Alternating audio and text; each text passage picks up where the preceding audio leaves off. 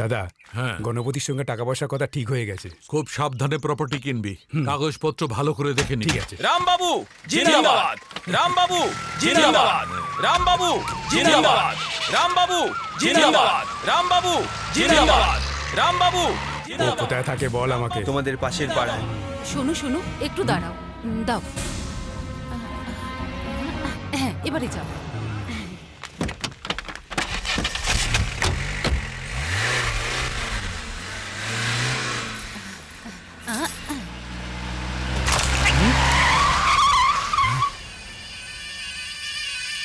গাড়ি চালা। আগামী 28 তারিখ শুভ দিন। আচ্ছা। ওই দিন মন্দিরে পুজোর আয়োজন করেছি। ঠিক আছে। তোমাকে বলতেই আমি এখানে এসেছি। উনি কি তুমি তো পুজোর জানো কথা এই বলছেন? পুজোর আসলে মাহাত্ম্য কতটা। আমাদের পূর্বপুরুষের বাস নাসিকে। প্রতি বছর ওখানে মেলা হয়। অনেক লোক পুজো দিতে আসে ওখানে, আপনাদেরও যেতে হবে। হ্যাঁ,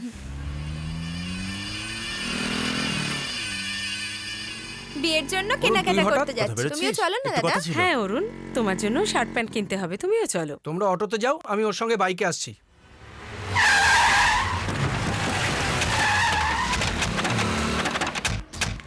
এই বাড়ির ভিতরটা ভালো করে খোঁজ, কোথায় আছে দেখ। এই কোথায় আছিস? কোথায়? আরে কি করছেন আপনারা? কি হয়েছে? কি এসব কি করছেন আপনারা? আরে কি করছেন? তোর ছেলের এত বড় সাহস আমার লোকের গায়ে হাত তোলে? হ্যাঁ? এত সাহস বেড়ে গেছে তোর ছেলের? হ্যাঁ? আরে ও তুই এখানে দেখছিস? নেই, তোর ছেলেকে বলছি আমি তো। ছেড়ে দেবো? হ্যাঁ? বল কোথায় লুকিয়ে রেখেছিস তোর ছেলেকে? বল বলছি। ঘোড়ার কাঠ সাজিয়ে রাখ, তোর ছেলের লাশ পাঠাতে চলেছি। চল সবাই।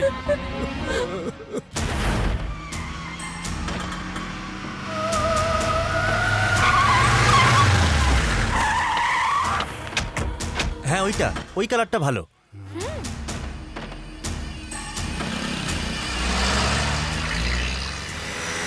নমস্কার স্যার। নমস্কার। আসুন স্যার, বসুন। ছোট্ট সমস্যা আছে, ফেসলা করতে এসছি। কি ব্যাপার রে, এমএলএ সামনের দোকানে বসে আছে?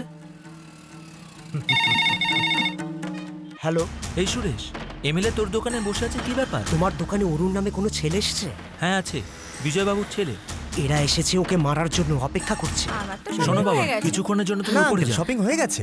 না তবু একবার ওপরে গিয়ে দেখো, যাও প্লিজ যাও, ওপরে গিয়ে দেখাশোনা করো না, যাও। এই ওনাদেরকে নিয়ে যা। হ্যালো, বিজয়বাবু বলছেন? হ্যাঁ। এমএলএ আপনার ছেলেকে মারতে এসেছে, এখনই চলে আসুন, বসে মীমাংসা করে নিন। যদি ও ওখানে মরেও যায়, আমাকে জানানোর দরকার নেই। অরুণ, তুমি এখান থেকে এখনই চলে যাও। কি আঙ্কেল, একবার ওপরে যেতে বললেন, এখন চলে যেতে বলছেন, ব্যাপারটা কি? আসলে এমএলএ তোমাকে মারার জন্য বাইরে অপেক্ষা করছে। তোমার বাবাকে আমি ফোন করে জানিয়েছি, কিন্তু কি বললেন উনি? বলুন, কি বললেন উনি? উনি বললেন তুমি যদি মরেও যাও আমাকে খবর দেবে না।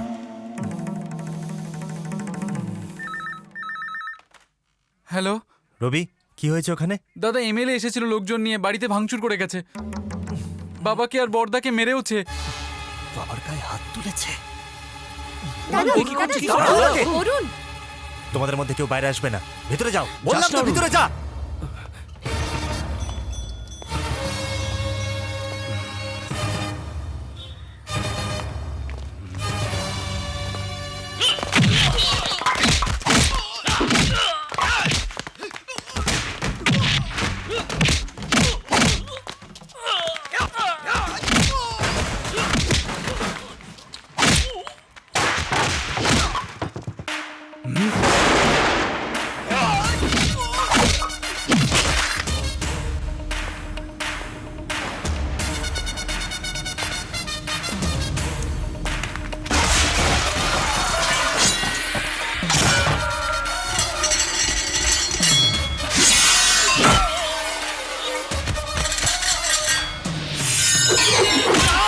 দাদা আমি দেখছি, আপনি বসুন।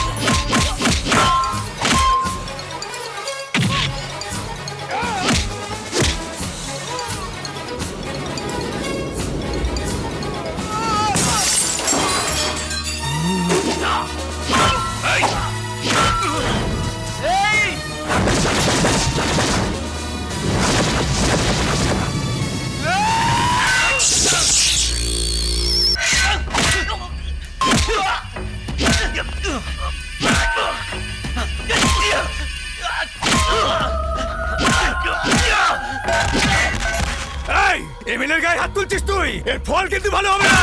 আমার বাবার গায়ে হাত তুলবি? আমার বাবার গায়ে হাত তুলবি?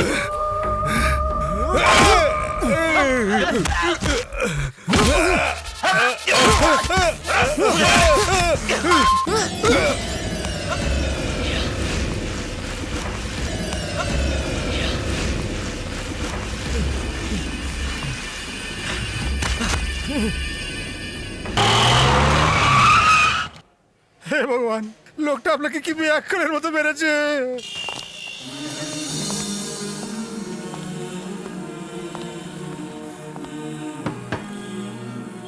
এমএলএ ভিট্টেল আমাকে মারতে এসেছিল, নিজেকে বাঁচাতে মেরেছি। আমি সারেন্ডার করছি। এখন রোগীর অবস্থা কেমন? স্যার মনে হয় উনি মারা গেছেন। গড, একে মারলো কে? স্যার অরুণ।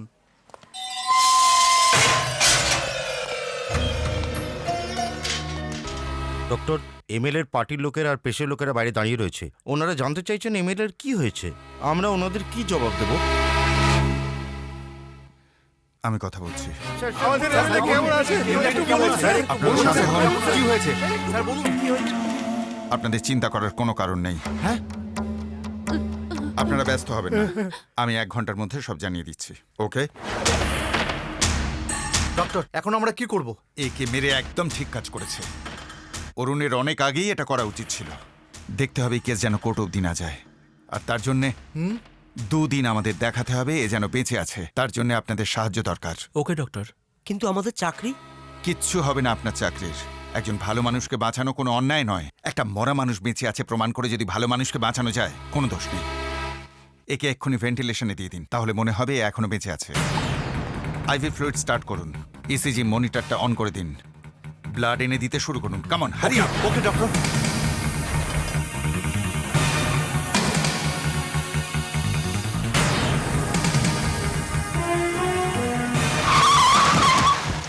ওকে, ঠিক আছে।